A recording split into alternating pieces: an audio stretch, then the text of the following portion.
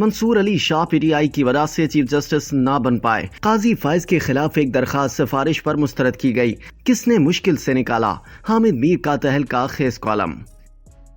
Senior صحافی حامد میر اپنے column میں تجزیہ پیش کرتے ہوئے لکھتے ہیں کہ پاکستانی قوم کو شکر ادا کرنا چاہیے کہ پاکستان کی سب سے بڑی عدالت کے ججوں کے باہمی تعلقات نارمل ہوتے دکھائی دے رہے ہیں۔ ان ججوں کی آپس میں لڑائیوں نے پوری دنیا میں پاکستان کا تماشا بنا رکھا تھا۔ ججوں کی آپس میں لڑائیاں کوئی نئی بات نہیں، دنیا بھر میں جج بھی آپس میں اسی طرح لڑتے ہیں جس طرح سیاستدان اور صحافی آپس میں لڑتے ہیں، لیکن تماشا یہ تھا کہ پاکستان کے سیاستدان اور صحافی بغیر کسی شرم اور جھجک کے تیرا جج اور میرا جج کی لڑائی میں مصروف تھے۔ مختلف سیاستدان ججوں کے نام لے کر ان پر تنقید کرتے رہے اور نام لے کر ان کی تعریف میں زمین و آسمان کے خلابے ملاتے رہے۔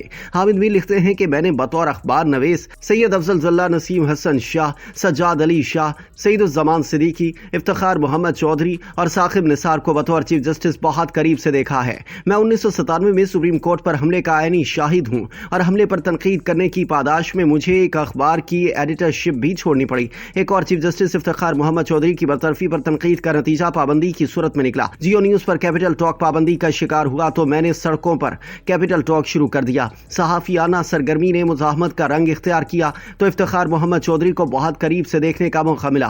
پہلی دفعہ پتہ چلا کہ جج صاحبان بھی سیاستدانوں اور صحافیوں کے ساتھ نجی گفتگو میں ویسی ہی باتیں کرتے ہیں جیسی باتیں دوسرے کرتے ہیں۔ افتخار محمد چودھری نے اپنی بحالی کے بعد جس طرح کھلم کھلا سیاست میں مداخلت شروع کی، اس سے بہت مایوسی ہوئی۔ فیصلہ کر لیا کہ آئندہ کسی جج کے لیے اپنی نوکری کو داؤ پر نہیں لگانا۔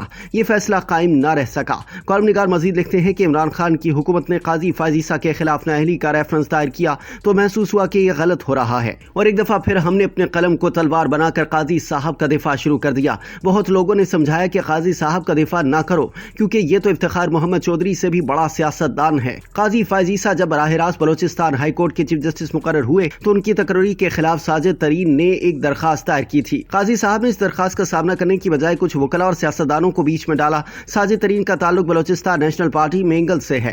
ان سے کہا گیا کہ جسٹس قاضی فائز عیسیٰ لاپتہ افراد کا مسئلہ حل کرا دیں گے۔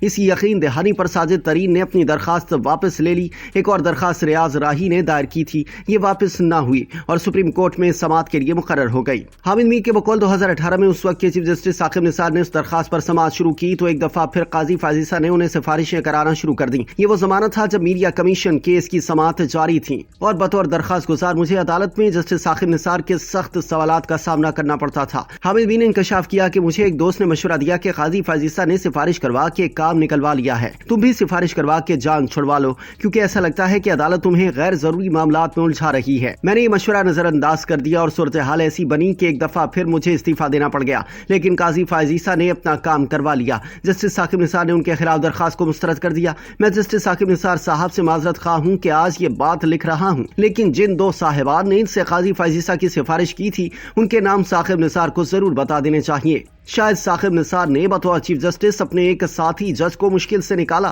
تاکہ ججوں میں اتحاد و اتفاق قائم ہو۔ اب قاضی فائز عیسیٰ مانے یا نہ مانے، ان کی مشکلات کا دور ثاقب نثار کے جانے کے بعد شروع ہوا۔ کالم نگار کے مطابق فائز عیسیٰ کے خلاف ریفرنس نے سپریم کورٹ کے ججوں کو تقسیم کر دیا۔ عمر عطا بندیال کے دور میں جج صاحبان کی لڑائیاں عام ہوئیں اور قاضی فائز عیسیٰ کے ایک سال میں لڑائی اتنی بڑھی کہ جج صاحبان نے صحافیوں کے ذریعے ایک دوسرے پر حملے شروع کر دیے۔ شروع میں جسٹس منصور علی شاہ کو قاضی فائز عیسیٰ کا اتحادی سمجھا جاتا تھا، لیکن پھر وہ قاضی صاحب کے مخالف گروپ میں چلے گئے۔ منصور علی شاہ سینئر ترین جج تھے، قاضی فائز عیسیٰ کے بعد انہیں چیف جسٹس بننا تھا۔ حامد میر لکھتے ہیں کہ میری ناچیز رائے میں ان کا راستہ 26ویں آئینی ترمیم نے نہیں بلکہ تحریک انصاف نے روکا ہے۔ تحریک انصاف نے 26ویں آئینی ترمیم کے ابتدائی مسودے کو مولانا فضل الرحمان اور بلاول بھٹو زرداری کے ذریعے تبدیل کرایا۔ تحریک انصاف نئے چیف جسٹس کی تقرری کے لیے 12 رکنی پارلیمانی کمیٹی پر بھی راضی ہو گئی۔